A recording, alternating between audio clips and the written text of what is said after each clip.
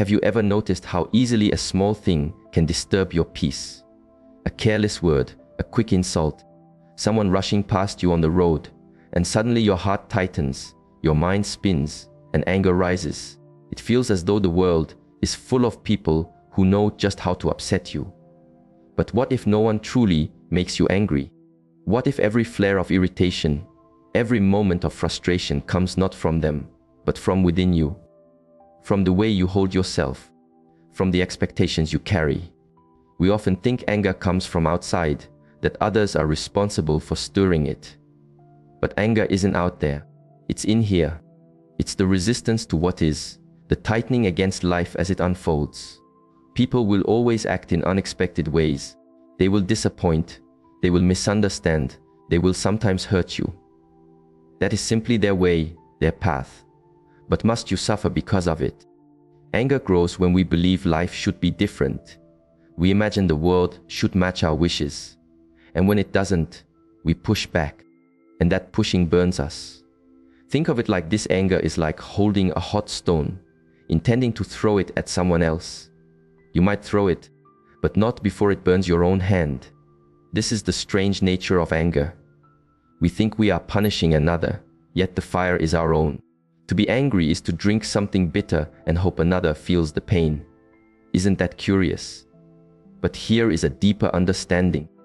You don't need to push anger down, and you don't need to act on it violently. What you need is to see it clearly, to notice how it begins.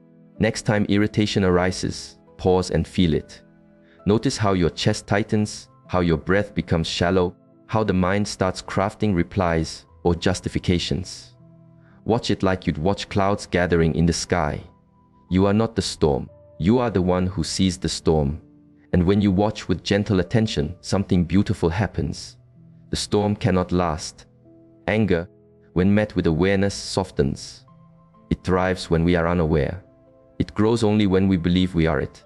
But the moment you bring the light of attention, it begins to fade. Anger seen is already anger losing its hold. Some might say, but I can't help it. They insulted me. They hurt me. Should I just accept that? Yes, but accept does not mean agree. It means allowing what is to be as it is. Suppose someone calls you a name. You might react, defend yourself, or strike back. Or you might smile. For who are they to define you? Their words are simply sounds shaped by their own struggles, their own shadows.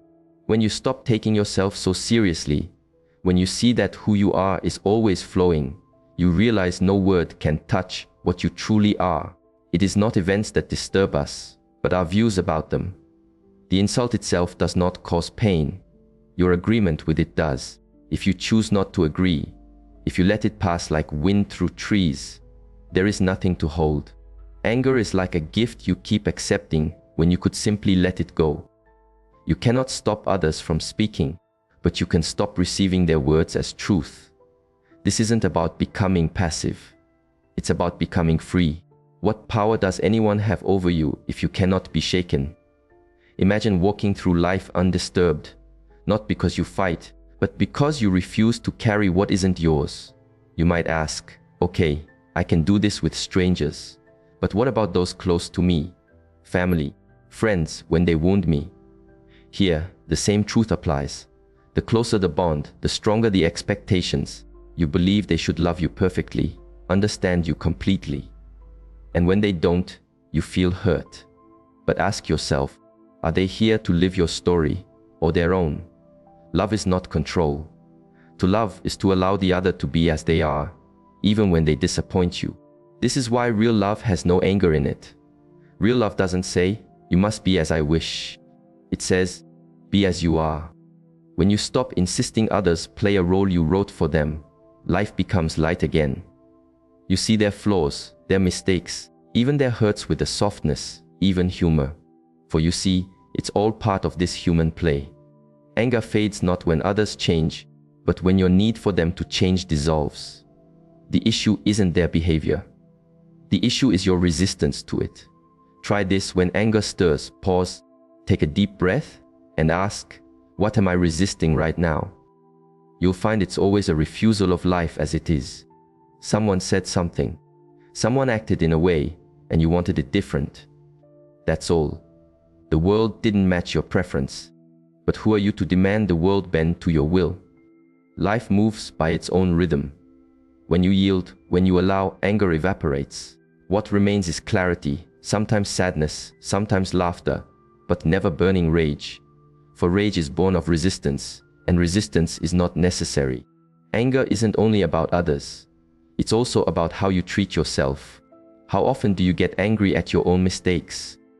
You spill something, forget an appointment, miss a chance, and the mind shouts, "You fool, you failure."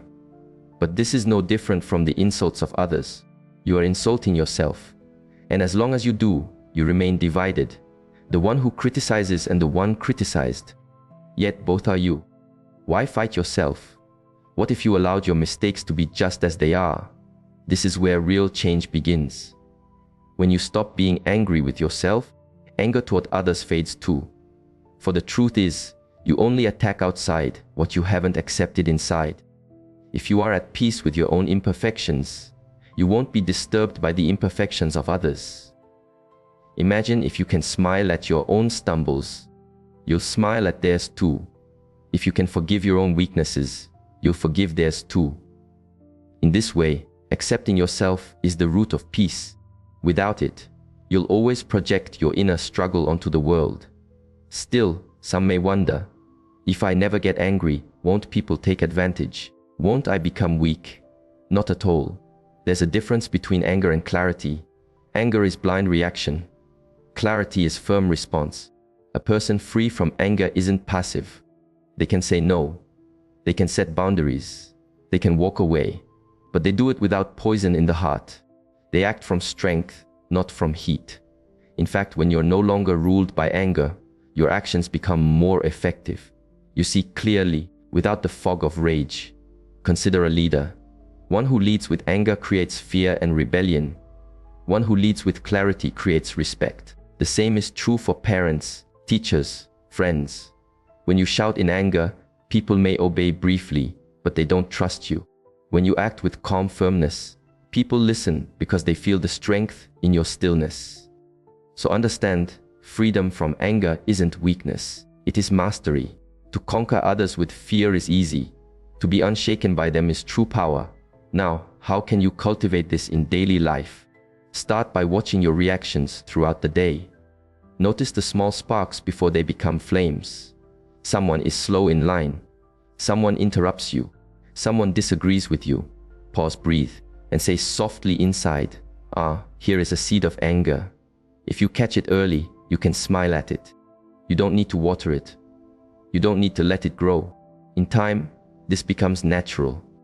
You walk through the world, and those sparks fly around you. None find dry wood to catch. The second practice is surrender. By surrender, I don't mean giving up. I mean a gentle letting go of control. When you expect the world to match your wishes, you'll always be disappointed. But when you allow life to flow as it does, there's nothing to resist. Try this when something upsets you. Instead of reacting, ask, "Can I let this be?" You'll be surprised. Most times you can. And when action is truly needed, you'll act more skillfully because your mind is clear, not clouded. The third practice is humor. Have you noticed how laughter melts anger? When you see the silliness of your seriousness, anger can't survive. Life is quite funny. People are wonderfully strange, and so are you. Instead of fuming, you might chuckle. Someone cuts you off in traffic. Do you really think they plan to bother you, or are they just lost in their own worries? When you see that everyone is stumbling through life just like you can't stay angry long. You become kind, and kindness is the opposite of anger. The fourth practice is remembering how brief life is. It may sound unusual, but it's powerful. Every person who irritates you is temporary. They, like you, will soon vanish like morning mist. Is it worth wasting your short, precious life in anger? Imagine you had only one day left. Would you spend it arguing over small things? Anger thrives when we forget we are mortal. But when you remember, your view shifts. You become softer, more forgiving, less easily shaken. Life is too fleeting for bitterness. Better to spend it in peace. Let me share something with you. Anger is often a mask. Under it lies fear, hurt, or sadness. When you feel anger, ask what is beneath. You may find fear of being rejected, pain of betrayal, grief of being misunderstood.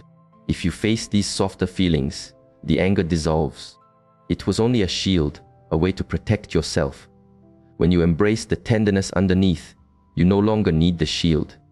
You become real, and in that realness, no one can truly harm you. For you are not defending an image. You are simply being. Anger is never about them. It is always about you. It is a mirror showing your expectations, your wounds, your illusions. Others are merely players on your stage, acting out roles that reveal where you still cling. If you learn to watch, you may even thank them for their part. Even those who seem difficult teach you where you still hold on. And once you see that, anger turns into gratitude. Imagine that, feeling grateful toward those who once made you furious. This is the magic of awareness. The fire that once burned now lights the way. If you wish to be free from anger, stop trying to control everything. Stop demanding that life fit your picture. Instead, move with it. Flow with it. The world is like a song, full of surprises. If you insist it play only your tune, you will suffer. But if you listen, if you join the rhythm, even the discord becomes part of the music. Anger is simply a refusal to dance. So let go, sway with the melody, and feel how light you become. The music of life never fails those who listen. This doesn't mean you'll never feel the first spark. Of course you will. But the spark won't catch. You'll notice it smile and let it pass. Like a cloud drifting by, it comes and goes. No storm, no fire, just a passing shade. Imagine the peace of such a life. To walk through the world unshaken, unburdened. To meet insult with laughter, betrayal with wisdom, frustration with ease. This isn't a dream. It is the natural state of one who sees through the illusion of anger. So I invite you to try.